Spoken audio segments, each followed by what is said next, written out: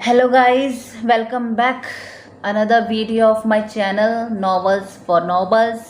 पिछली दो वीडियो में मैं अपने चैनल का इंट्रोडक्शन देना भूल गई थी, तो आज मैंने डिसाइड किया कि आज मैं स्टार्टिंग में ही अपने चैनल का इंट्रोडक्शन दे दूंगी ताकि मैं भी ना भूलूँ, जो वीडियो देख रहे हैं वो भी ना भूलें कि मेरे चैनल का नाम है नॉवेल्स फॉर नॉबल्स।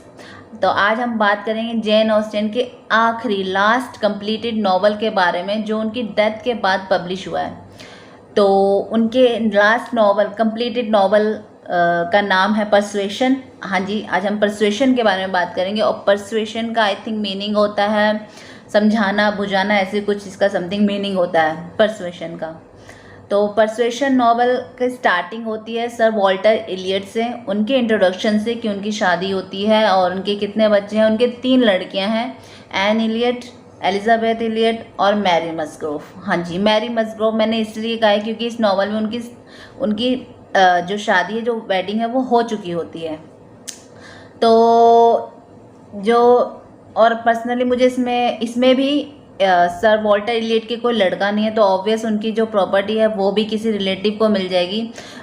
इसमें भी जेन ऑस्टिन को मुझे लगता नहीं कि कोई इस लॉ से कोई परेशानी थी, क्योंकि इससे पहले जब हमने प्राइड एंड प्रेजुडिस के बारे में बात की था, तो उसमें भी ऐसा किसी करेक्टर को ऐसा लगता नहीं था देख के, या जो मेन हीरोइन है उनको भी देख के ऐसा लगता नहीं था कि उनको इस लॉ से कोई परेशानी है। तो ऐसा मुझे लगता है, ये मेरा पर्सनली फील है कि उनको शायद इस लॉ से कोई दिक्कत नहीं थी, कोई डिफ़िकल्टी नहीं थी। तो चलिए आज हम नॉवल के बारे में बात करते हैं, लॉ के बारे में ज़्यादा बात नहीं करेंगे। तो नॉवल की स्टार्टिंग, हाँ जी, सर वॉल्टर इलियट से स्टार्टिंग होती है कि वो कैसे हैं और वो कितने अमीर हैं वगैरह। उनके 3 उनकी लड़कियां हैं, एन इलियट, एलिजाबेथ इलियट और मैरी मस्ग्रोव। मैरी मस्ग्रोव की शादी चार्ल्स मस्ग्रोव जूनियर से होती है, और जो एलिजाबेथ एलियट हैं और जो एन इलियट हैं, उन दोनों की अभी शादी नहीं हुई है। तो जो इसमें ये बताया है कि जो सर वॉल्टर हैं वो उनके ऊपर इतना डेप्ट है कि उस डेप्ट को कम करने के लिए जो लेडी रसल होती हैं, जो एन इलियट की मदर की फ्रेंड भी हैं और एन इलियट की गॉड मदर भी हैं, वो ये सजेस्ट करती हैं कि आप इस डेप्ट को रिड्यूस करने के लिए जो अपनी प्रॉपर्टी वो आप रेंट पे दीजिए और आप लोग बाद शिफ्ट हो जाइए अपने थोड़े खर्चों को रिड्यूस करने के लिए। तो वो एलिजाबेथ इलियट और सर वॉल्टर इलियट बाद चले जाते हैं और जो अपना जो प्रॉपर्टी है वो रेंट पे देते हैं। यहाँ पे टेनेंट के उसमें आते हैं एडमिरल क्रॉफ्ट और उनकी वाइफ आते हैं एज अ टेनेंट। और जो एन इलियट हैं वो अपनी छोटी बहन के यहाँ अपर नाम भूल गई मैं इस चीज़ का, अपर क्रॉफ्ट जाते हैं मैरी मस्ग्रोव के यहाँ रहने के लिए। वहाँ उन्हें पता चलता है कि जो उनके घर टेनेंट रहने आए हैं मिसेस क्रॉफ्ट, उनके भाई का नाम फ्रेडरिक वेंटवर्थ हैं।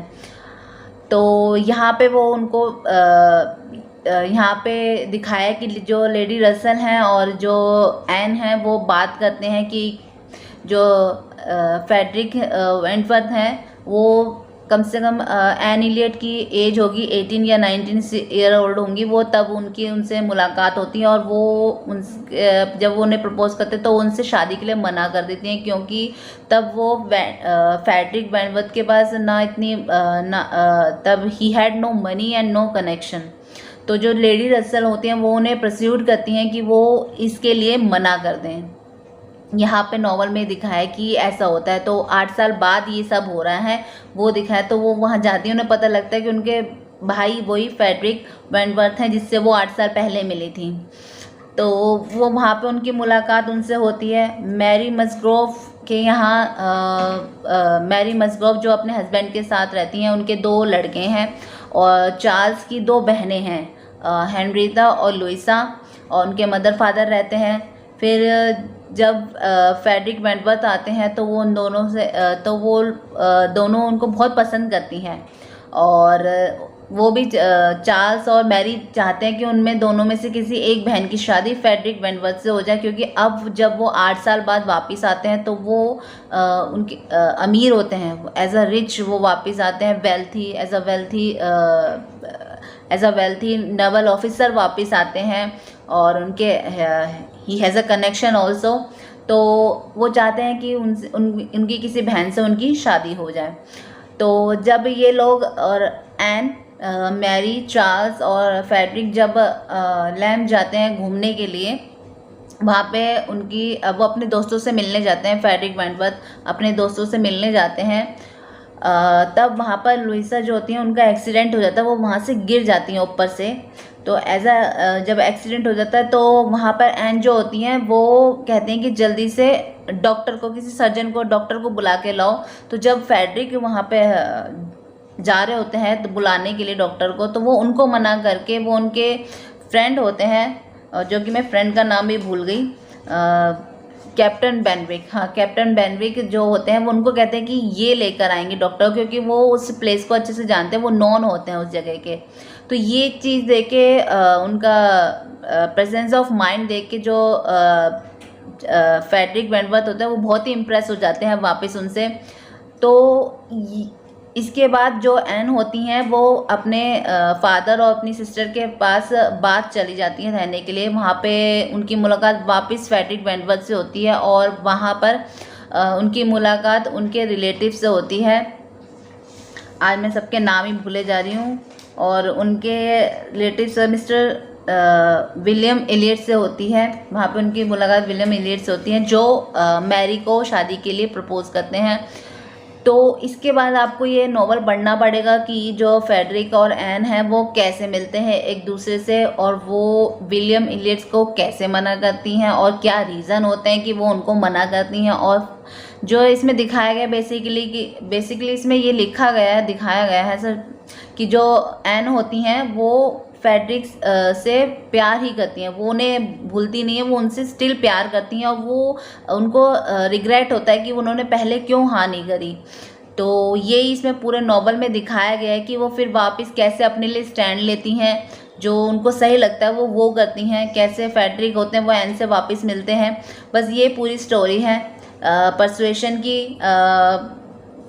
ये जैसे मैंने बताई, जेन ऑस्टिन का लास्ट नॉवल है, कंप्लीटेड नॉवल है जो उनकी डेथ के बाद पब्लिश हुआ था। जब मैं पढ़ रही थी तो मुझे इसमें इतना जो एन और जो फेडरिक है उनका इतना इंटरेक्शन नहीं दिखा इसमें, वेंटवर्थ का और एन एलियट का इतना इंटरेक्शन नहीं दिखाया। लेकिन हाँ ये अच्छी है, ये भी अच्छा नॉवल है, रोमांटिक नॉवल है, ये भी अच्छा नॉवल है। बट मुझे ऐसा लगा कि उनका थोड़ा और जो वो होना चाहिए था आपस में, वो इतना इंटरेक्शन दिखाया नहीं है उनका आपस में, कम ही दिखाया उनका। बाकी लोगों के ऊपर भी ज़्यादा उन दोनों के ऊपर मेन बहुत फोकस नहीं है वो मेन है उन्हीं के ऊपर है, लेकिन और भी लोगों का दिखाया है इसमें। ऐसा मुझे पर्सनल फील होता है कि इसमें इन दोनों का और होना चाहिए था। तो बस दैट्स इट, ये है इसकी स्टोरी समरी। और आपको ऑब्वियस ये वीडियो सही अच्छी लगी हो, तो ना भी लगी तो भी लाइक कीजिए, सब्सक्राइब कीजिए, शेयर कीजिए। Thank you, bye.